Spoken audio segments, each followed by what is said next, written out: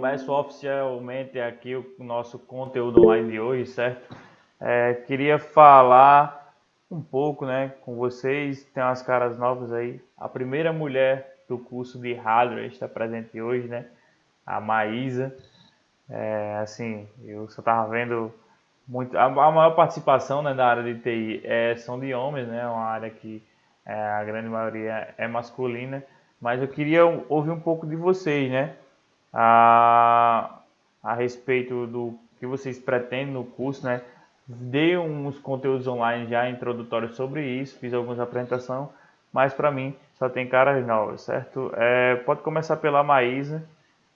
E como você achou o curso, por que você escolheu fazer o curso e qual a sua perspectiva para o curso?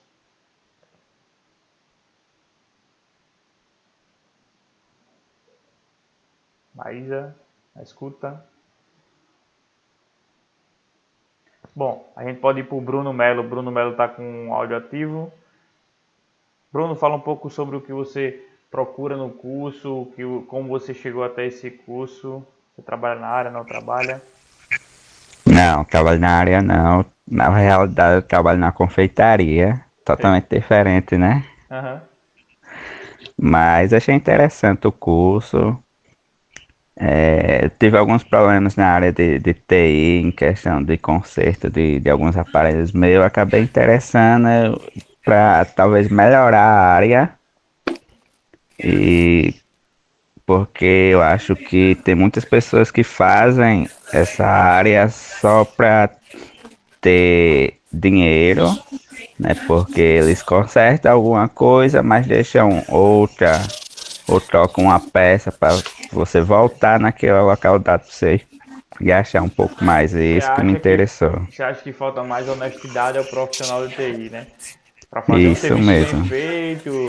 Pô, acho interessante que isso foi exatamente o que me motivou a entrar na área. Tive um problema com o técnico, né, na época, fiquei chateado. Então, ele não me passava confiança, né? Então, assim, se ele aprendeu, por que não eu aprender também? Então, achei interessante aí porque você entrou na área. Rafael Inácio, na escuta.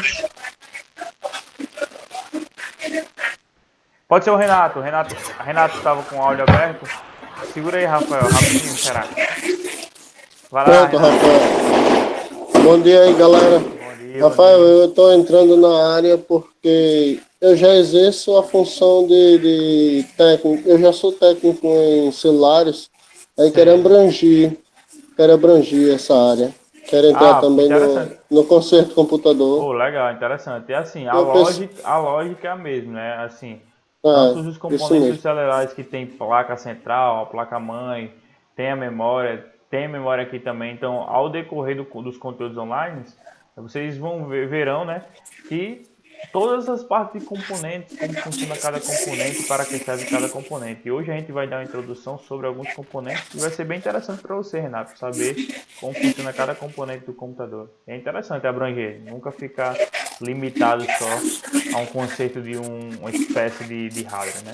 Interessante. É, Vai ser eu muito também proveitoso já, para o seu curso. eu também já tive esse problema com. Mandei ajeitar meu PC É normal, é e normal. a galera não é honesta. É normal. Infelizmente não era para ser normal, mas é bem normal. Pronto, valeu. Fala, Rafael Inácio. Manda aí agora as suas ordens. Bom dia. Na verdade, eu me interessei pela área. Na verdade, antes eu nem. Eu via o pessoal ajeitar computadores e tudo mais, mas nem tinha me interessado. É tanto que eu trabalhava de atendente de loja, numa empresa, Sei, aí acabei indo para uma filial. Só que lá não tinha quem ajeitasse, né? entendi. E daí a pessoa, assim como eu era uma pessoa mais antiga na empresa, eles me escolheram para ficar fazendo manutenções, tipo, Manutenção. só seguindo ordem mesmo, né? Entendi, Que eles falavam, faça isso e isso. entendi. Daí eu comecei a gostar da área mesmo, e Ah, tanto que antes legal. de sair de lá, eu já estava fazendo bastante coisa. Aí comecei a faculdade na área de TI também, Ah, você faz e TI? atualmente Você faz faço. TI aonde? Na UFRN, Eu na faço, UNB, na faço, Uni? faço Estácio, na Estácio, Estácio tem TI também. na Pô, Estácio. legal. Aí eu procurei fazer o curso técnico porque é melhor também, porque dá para você estar ali no dia a dia Sim, sem mexendo, né, fazendo a dúvida, manutenção. sem dúvida. Porque na faculdade você aprende muito na teoria, né? Com certeza, com certeza, Mais com só, certeza. né? E a parte do hardware é importante. Com certeza, com certeza, assim, eu vivenciei essa realidade, né, porque eu vim do curso técnico da parte de redes e vi que é diferente, é algo mais prático mesmo o curso técnico. O É. curso Devo- superior é voltado mais para de desenvolvimento hoje de TI. Eu fiz meu curso superior em TI na UFRN, né? Então, assim, é uma carga muito pesada no desenvolvimento de software. O pessoal esquece a parte de hardware, esquece a parte de infraestrutura. E Puxa muito para também, programação, essas coisas, né? exatamente, exatamente. Então, pô, Rafael, interessante aí, viu? Mesquita Serviços Empresarial. Olha aí, já tá. Rapaz, brasileiro já nasce com o dom do marketing, viu? O cara aí já tá atingindo aí, ó. 7 pessoas aí. Só nessa videoaula aí, nessa videoconferência. Fala, Mesquita, fala um pouco sobre você, porque você Bom, veio no pessoal, bom curso, dia. qual é Meu a nome é Daniel perspectiva do Mesquita. curso, certo? Na verdade, vamos lá, eu sou empresário hoje. Eu fiz o curso, estou fazendo o curso, na verdade, não por necessidade, mas sim por um aprendizado. E pretendo, depois de terminar o curso, montar uma franquia para mim, uma loja, mais ou menos nesse segmento. Entendi. E hoje eu tenho uma empresa, eu tenho uma empresa, uma franquia da Serasa Experian, Sei, comprei a concessão. E a gente trabalha vendendo um sistema de consultas de análise de crédito para as empresas sei. consultarem se dá limite de crédito ou não para o cliente e a parte de negativação também. Entendi, pô, interessante, hein? Muito bom. Assim, o que você como empresário tem, né? Você quer a visão de entender como funcionam as coisas. Esse curso vai servir muito para você.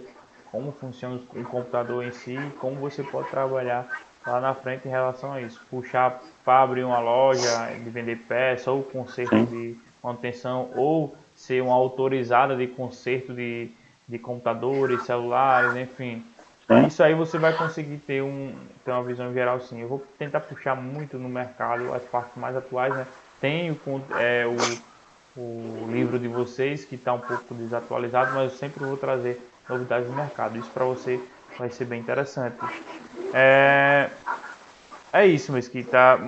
Maísa, só falta você, Maísa. Ouvi todo mundo. Acho que se eu gritar PlayStation, PlayStation, computador, computador, eu acho que a Maísa vai aparecer aí. Que a Maísa do SBT não me atendia, não. Mas talvez essa daqui também não me atenda, mesmo eu querendo um PlayStation. E aí, Maísa? Não, tem problema de áudio. Maísa na escuta. Vamos já seguir. Opa, Tô Maísa. escutando. Olha aí. Maísa, conta um pouco sobre É você. porque Você é a aqui tá primeira muito pessoa. barulhento. Você. Não, não tem problema. A gente ouve a marreta de boa, brincadeiras. Vamos lá, você é a primeira mulher do curso de hardware, né? Que eu tô dando aula e tô tendo contato, então eu tô curioso para saber como você veio até o Sebrae, achou o curso de hardware e qual a sua perspectiva. Ah, eu achei através de um amigo, daí eu já tinha um interesse. Aí o meu tio, ele arrumava, consertava celular e tal, ele tinha esse curso. Aí eu vi ele trabalhando, aí a forma que ele trabalhava, assim, eu achava muito interessante. Aí foi a partir dele que começou a, a despertar aquela vontade de fazer a mesma coisa que ele fazia. Sim, sim. Aí foi quando eu quis procurar Pô, para interessante. me aperfeiçoar nisso também, nessa área. Legal, legal, legal. Bem-vindo aí, viu? Pessoal, vamos já Obrigada. iniciar o nosso conteúdo online, certo? Maísa finalmente aí ativou o áudio dela e conseguimos ter a palavrinha. Achei interessante a história de vocês com os primeiros contatos e por que vocês estão procurando o curso, né? O nosso conteúdo aqui do Sebrae. Então, assim, vai ser muito proveitoso para todo mundo, né? Para cada um conhecer essa área, certo? Pedi uma apresentação para vocês hoje porque eu não conhecia vocês e eu gosto desse contato aí, saber um pouco sobre vocês e sobre como vieram até o Sebrae. Bom, pessoal, quem não viu o conteúdo online anterior, certo? A gente explicou sobre alguns assuntos, né? Já começamos a dar a introdução de alguns componentes que a placa-mãe vai se envolver, certo? Começamos falando sobre fonte de potência real e potência nominal, certo? A fonte de potência real vem na etiquetazinha lá, dizendo que é 400 watts de potência. Então, o que tem na etiqueta vai ser o de fato fornecido pela fonte. A nominal não, pessoal. Tem 400 watts lá, mas se você somar todas as cargas que tem na etiqueta, certo? Ela tende a dar bem menos que 400 watts. Então, essa fonte é taxada como fonte de potência nominal. Painel traseiro. O painel traseiro, como eu tinha explicado no conteúdo anterior, é a parte que você vai conectar todos os periféricos do seu computador, certo? Seja monitor, seja mouse, seja teclado, USB, certo? Então, todo aquele aparato que vai ter cabo HDMI, tudo isso vai ser chamado de painel traseiro da placa-mãe. Os sockets, eu falei que era o encaixe do processador entre o processador e a placa-mãe, certo? Falei dos tipos de placa-mãe, off-board e on-board, certo? Falei que a on-board ela vem com recursos de áudio, vídeo e rede já embutido, né, pelo fabricante. Off-board, pelo menos sem um desses. Os slots. Slots é um termo usado para memórias, é o encaixe entre a memória RAM e a placa-mãe, certo? O processador é um encaixe entre o socket, né, é o encaixe entre o processador e a placa-mãe. Então, esses dois conceitos não podem ser confundidos. Existe sockets de memória? Não. Existe sockets de processador. Existe slots de processador? Não existe slots de processador. Existe slots de memória. Então, esse é o termo usado. Falei um pouco sobre os tipos de cabos, certo? Falei dos tipos de cabos de dados também, né? Falei da evolução deles. Então, assim, eu vou falar um pouco hoje sobre os tipos de cabos e de conexões na parte elétrica agora. A parte de tipos de cabos de dados, né? Eu vou falar mais na frente quando falar na parte de armazenamento, né? A parte HD, a parte dos tipos de HD, da evolução dos HDs. Bom, pessoal, os temas de hoje, a gente fala a intenção do conteúdo online de hoje, né, é que vocês compreendam, né, o que é chipset, o que é BIOS, o que são os barramentos, quais os tipos de barramento e como funcionam, né, e os conectores de alimentação, capacitores e chips auxiliares, tranquilo? No início do conteúdo online, se vocês viram lá, né, eu falei que tinha da página 40 a 45. Então, quem quiser acompanhar nesse material de hardware aqui, quem não tiver, que eu sempre falo, né, entre em contato com a gente, entre em contato com o CRA, que a gente pode providenciar de duas formas. Se você está com receio nessa pandemia de sair, o que faz bem, podemos disponibilizar cada tópico de forma digital. Mas se você quer ter o livro impresso, pode ir na unidade lá do Sebrae e buscar. Nós temos unidades de livros disponíveis, tranquilo? Mas avisa antes para a gente dar uma checagem para vocês não darem viagem perdida lá na unidade. O horário de funcionamento na semana é das 9 às 17 e aos sábados das 9, normalmente é das 8, eu acho que agora está às 9, né? Confirma comigo o CRA no chat, ao meio-dia. Deixa eu ver aqui, escrevo aqui no chat.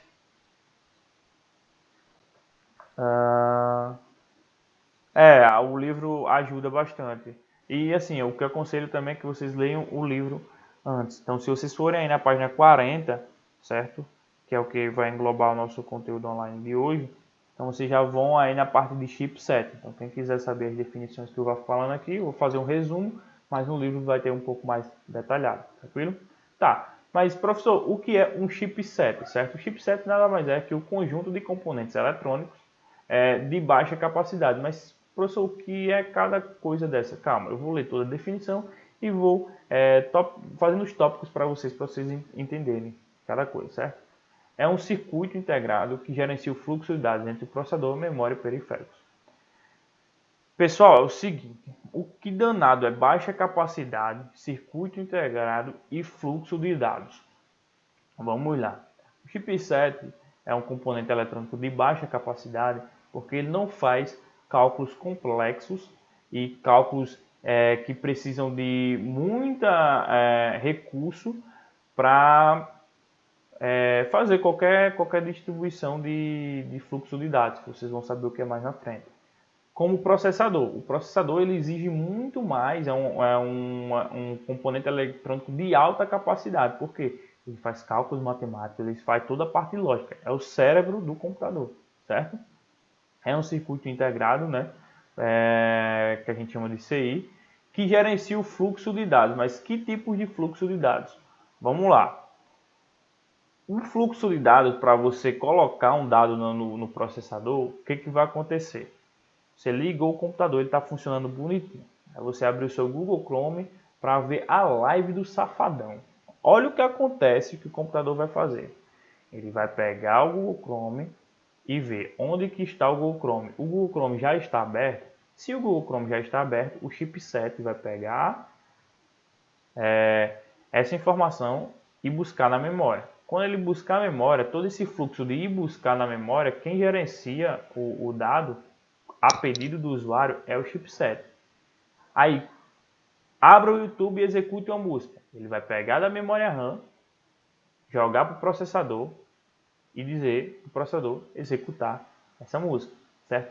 Ah, Rafael, eu entendi, mas o chipset é só um chip. O chipset ele é dividido em duas pontes, a ponte norte e a ponte sul. A ponte norte é a ponte que vai gerenciar o maior fluxo, vai ter a maior capacidade de controle e gerência de fluxo. Porque ele vai gerenciar o processador e a memória. Mas, Rafael, estão falando aí que o chipset também gerencia os periféricos. Qual é a parte do chipset que gerencia os periféricos e de menor capacidade? Vai ser a ponte sul. Se vocês forem na página 40, vai estar lá bem bonitinho. Ponte norte, ponte sul, o que faz cada coisa. Às vezes o seu computador fica travando, fica lento, justamente porque a ponte norte está muito, muito quente, não está sendo bem refrigerado. Então ele apaga de vez, desliga. Então, às vezes o travamento do seu computador tem a ver com o chipset, tranquilo? Então, às vezes atualizar o drive do chipset já resolve, ou melhorar o refrigeramento do seu computador resolve também. Tá, a gente fala muito de BIOS, atualização de BIOS, essas coisas, né? É uma palavra muito comum. Quem não é da área ainda não ouviu, mas vocês vão ouvir muito, certo? Mas o que é a BIOS em si, né? A BIOS nada mais é que um firmware não volátil. Tem algumas palavras mais chatas, mais complexas, mas não tem problema. Eu vou falar toda a definição e vou vir trazendo mastigadinho para vocês o que é cada palavra, certo? É um firmware não volátil usado para realizar a inicialização do hardware durante o processo de inicialização do computador, certo? Ou seja, ele vai pegar um serviço em tempo real e dizer, olha, esses dados aqui, eu quero que meu HD execute primeiro que o pendrive.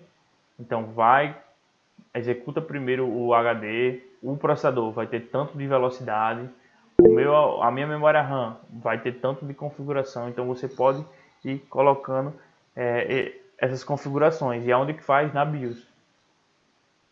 Alguém falou aqui. Isso, exatamente, dá para acompanhar bem. Dá para acompanhar bem pelo livro. Seguinte, o que é firmware? Firmware é uma espécie de software, certo? Que ele vem no circuito integrado, ou seja, é um software menos complexo que você tem como gerenciar o hardware do computador. Não volátil, o que danado, professor, é a palavra não volátil. Volátil quer dizer que depende da energia para ele funcionar. Mas, professor, o computador depende da energia para funcionar. Claro, mas existe uma sutil diferença entre volátil e não volátil. O volátil, que é o caso da memória RAM, memória RAM é uma memória volátil. Então você está executando lá o seu documento no Word e está digitando, digitando lá,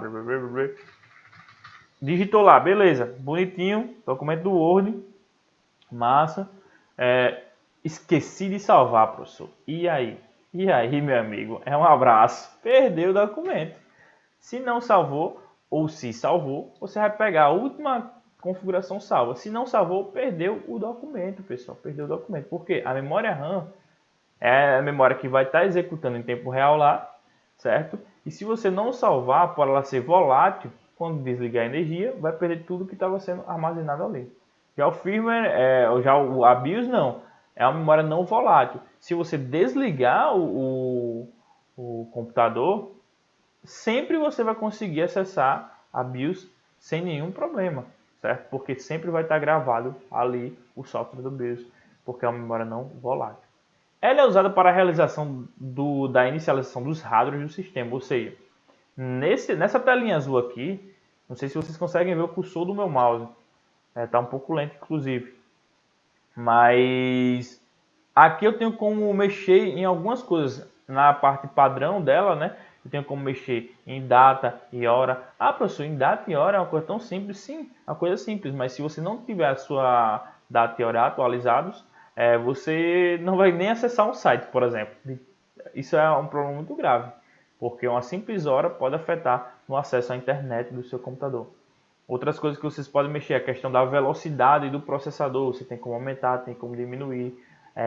O funcionamento do cooler tem como mexer aí também, para girar mais rápido, para girar menos rápido, certo? Então, isso aí tem que fazer todas essas configurações, que é o software da BIOS que gerencia tudo isso, tranquilo? Barramento, certo? O barramento nada mais é que uma espécie de rodovias, certo? Federais e estaduais dentro do seu computador. Ou seja, conjunto de ruas de acesso para acessar cada coisa. Vamos chamar aqui o HD de Alecrim, certo? O processador de Midway, tá todo mundo vendo aí? E a placa de vídeo, vamos chamar da Ponte Newton Navarro. Não, ponte não, porque eu vou usar as pontes para conectar cada região, certo? Vamos usar aqui cidade, certo? Falei três extremos: Alecrim, cidade e o Midway, né? Então, assim, o Midway hoje é o coração de Natal. Tudo você consegue resolver lá e no Alecrim. Então, veja que a Ponte Norte, né? Você tem como acessar o Midway pela Ponte Nova ou pela Ponte Velha. Tanto faz. Mas qual vai ser mais rápido? Dependendo de onde você esteja, vai ser a Ponte Nova. Agora é o seguinte, na Ponte Norte, que é essa ponte aqui, você só consegue chegar no Midway pela Ponte Norte, certo? Porque ele é o dispositivo mais complexo. Assim como o vídeo, você só consegue ver pela Ponte Norte. Ah, Rafael, memória RAM também? Memória RAM também. Mas se eu quiser pegar um dado lá no Alecrim, o que eu faço? Vai poder usar as duas pontes sem nenhum problema. Posso ir pela Ponte Velha ou pela Ponte Nova, sem problema nenhum. Tranquilo. Deu para entender, pessoal? Ou seja, o barramento nada mais é que as vias, certo? Que são as linhas de comunicação que permitem a interligação entre os dispositivos de CPU, né, que é o processador, da memória e dos periféricos, certo? Que no caso impressora, HD, teclado, mouse, tranquilo? Então é basicamente isso. Só voltando aqui que eu vou falar um pouco sobre os tipos de barramento. Se vocês forem aí na página 43, certo? Você terá os tipos de barramento, né? Terão as vias de dados, né? Existem 3 tipos de vias, né? Rodovias federais, eu falei de 2 tipos de rodovias, né? Federais e estaduais. Nos barramentos vão ser 3 tipos de vias: a via de dados, a via de endereço e a via de controle. O bom é que esses nomes são bem sugestivos, tá? As vias de dados vão controlar o quê? Onde trafegam os dados. A via de endereço, onde trafegam os endereços. E a via de controle, sinais de controles que sincronizam as duas anteriores. Ou seja, o que você tem que saber mais aqui é o barramento de dados, certo? O barramento de endereço e o barramento de controle. No barramento de dados, certo? É o tipo de barramento que ocorre as trocas de dados em um computador. Mas, professor, qual é a diferença do barramento de dados e o de endereço? Vamos lá. Eu tenho um determinado dado. Eu tenho uma foto da minha família salva no meu HD. Então, eu sei qual é o computador sabe qual é esse dado, então ele vai usar o barramento de dado para pegar esse dado. Mas tem alguns dados que eu não sei. Por exemplo, comecei a executar uma coisa na memória RAM e pedi para ele abrir uma nova aba do meu documento Word ou do meu Google Chrome.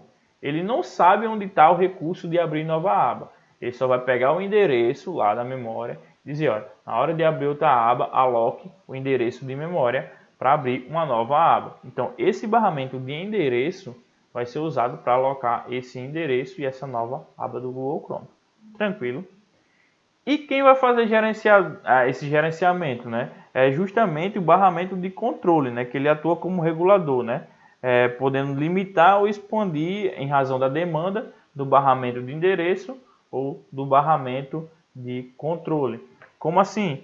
Como eu falei, na via de controle, né? Ele vai mandar sinais de controle para dizer, olha, esse dado vai trafegar pela via de dados. E esse endereço é pela via de endereço. Então ele vai fazer uma espécie de verdelhinho, né, ou amarelinho antigamente do sinal de trânsito. Então, você vai pela direita, você vai pela esquerda, controla, passa, para. Então é ele que vai fazer esse meio campo, tranquilo? Tá, conectores de alimentação. O que são conectores de alimentação? Qual a importância de saber disso e quais são os tipos? Pessoal, na prática, qual a importância de saber dos conectores de alimentação? Na prática, é que tem hardwares que vão ter um conector IDE e uns conectores de alimentação SATA. Ponto. Basicamente esses dois. Porém, é importante vocês saberem que existem fontes de dois tipos, AT e ATX. Relembrando o conteúdo online anterior. Na AT, a pinagem vai diminuir em relação à ligação. Aqui, por exemplo, na AT tem 20 pinos nesse conector aqui e na ATX tem 24 pinos. Rafael, o que influencia só esses 4 pinos a mais ou a menos no desempenho do computador? Pessoal, essa pinagem a mais vai mandar mais energia para o processador e para os componentes. Um computador que recebe mais energia e consome mais energia, ele vai possuir um desempenho maior, certo? Hoje tem a questão de controle, de economia de energia e desempenho, né? Claro, mas sempre que tiver mais energia, o processador, o computador vai poder usar a máxima capacidade possível. Então, é sempre essa relação. Quanto mais energia, mais potência, certo?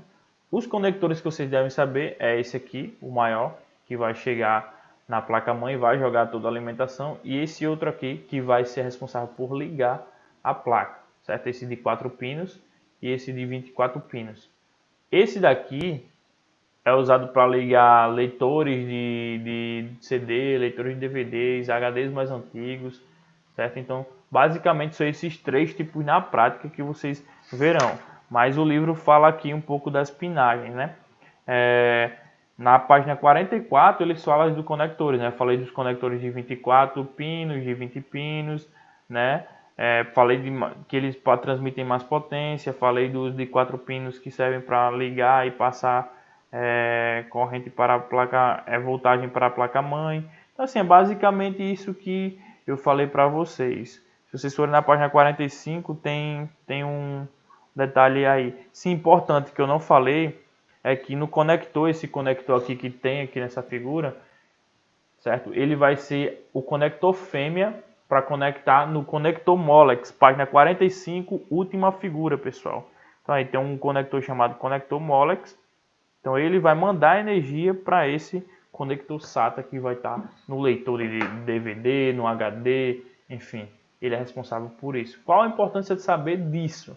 Bom, a importância de saber disso é que você vai saber quando o computador vai receber mais potência ou não e quais são os conectores que você vai conectar no HD mais antigo, no HD mais novo.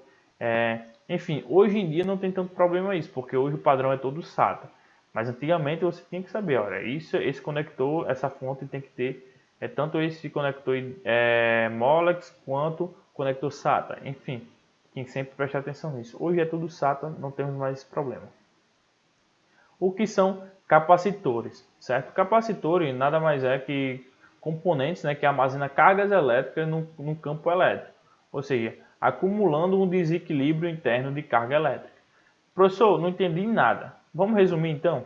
Vamos falar em linguagem de gente agora. Tenho um excesso de carga, passando muita carga na minha placa-mãe, certo? Ao invés dessa carga passar normalmente em excesso e queimar um componente mais complexo, existem medidas protetivas para que sua placa-mãe não sofra carga ou não queime. Então, um desses componentes é chamado de capacitores, ou seja, ele vai armazenando, armazenando, armazenando. Quando existe um desequilíbrio da placa-mãe, recebe uma corrente, uma carga elétrica acima do normal, ele simplesmente incha e estoura o capacitor.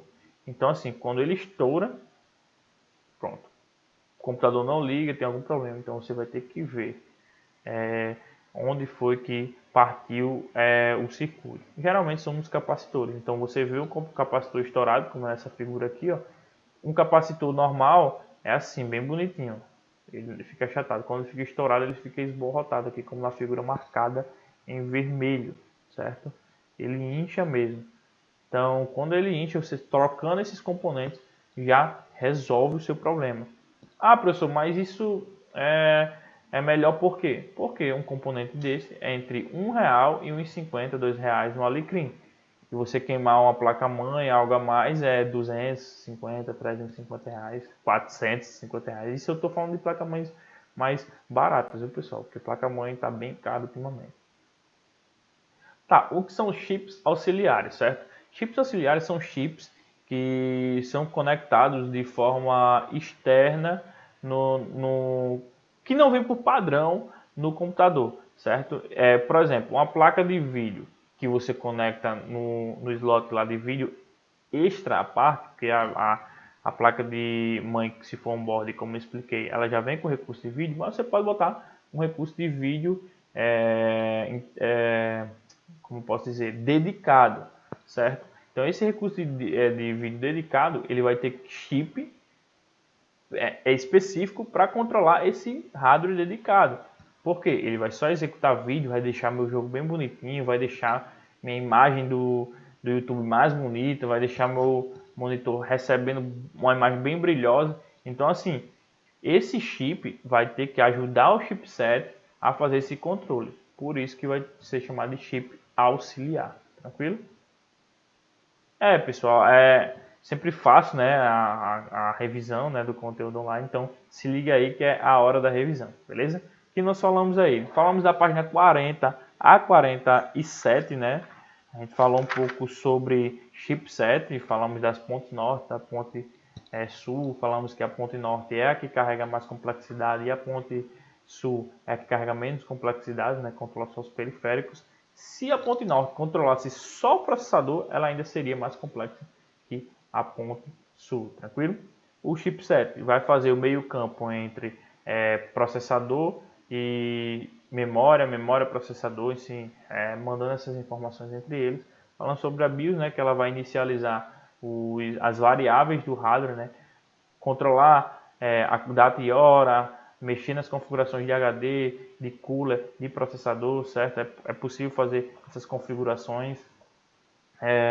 Falamos também sobre barramento, os tipos de barramento, as vias, né? Falamos das vias de dados, controle de dados, endereço, controle de endereço. Falamos das vias de controle, que controla justamente para onde vai o endereço e para onde vai os dados.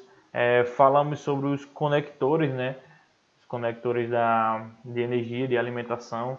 Falamos sobre quais os tipos de conectores e o que isso influencia, tendo mais pinos e menos pinos.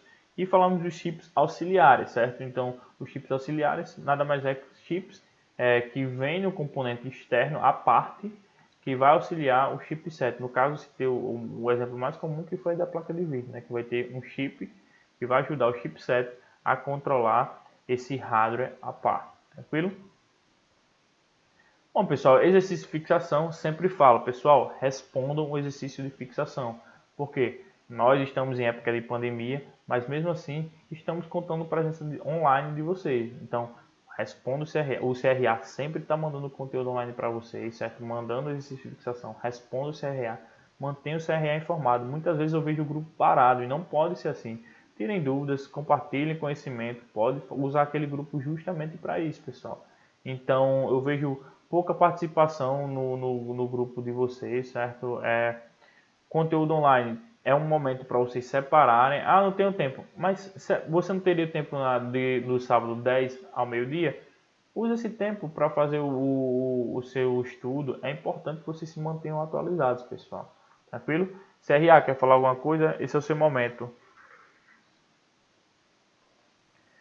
Só quero pedir para quem não está conseguindo enviar as atividades devido ao motivo de trabalho, alguma coisa, podem falar comigo. Como o Rafael disse, que a gente dá um jeito. Tá certo? Certo, José. O pessoal fala aí no chat. Qualquer dúvida também. Eu vou responder algumas dúvidas agora, certo? Peraí, deixa eu botar aqui. Certo, no próximo conteúdo online, a gente vai ver sobre placa-mãe, memórias, as latências de memória RAM e as memórias dual channel. A gente vai começar a entrar a fundo nos componentes de forma individualizada. Olharemos memória, depois HDs, depois processadores e assim seguiremos dentro do nosso curso, tranquilo? Bom, dúvidas já apareciam aqui do Bruno Melo, certo? Bruno Melo perguntou a seguinte coisa: tem como mudar o BIOS de um computador? Sim, tem como mudar. Agora, esse processo é trabalhoso e não é qualquer equipamento que faz, não é simplesmente você tirar e soldar, tranquilo? Mas tem como mudar e regravar. Na verdade, primeiro você tem como regravar. O primeiro procedimento é você regravar, né, se ela tiver com problema, e depois mudar, se não der problema. Mais alguém tem alguma dúvida, pessoal?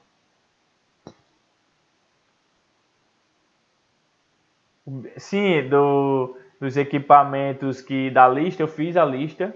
Eu fiz a lista dos equipamentos que vocês precisam comprar. Essa lista dos equipamentos que vocês precisam comprar, tipo assim, que muitas pessoas têm me perguntado, né, no privado, professor, eu passo uma lista dos materiais que você... Eu fiz essa lista, eu vou compartilhar com vocês lá no grupo e vou mantê-la atualizada, certo? Não se preocupe, eu já fiz essa lista. Eu prometi que no conteúdo online eu daria essa lista, mas eu vou botar no grupo agora, já está feita. Mais alguém tem alguma dúvida?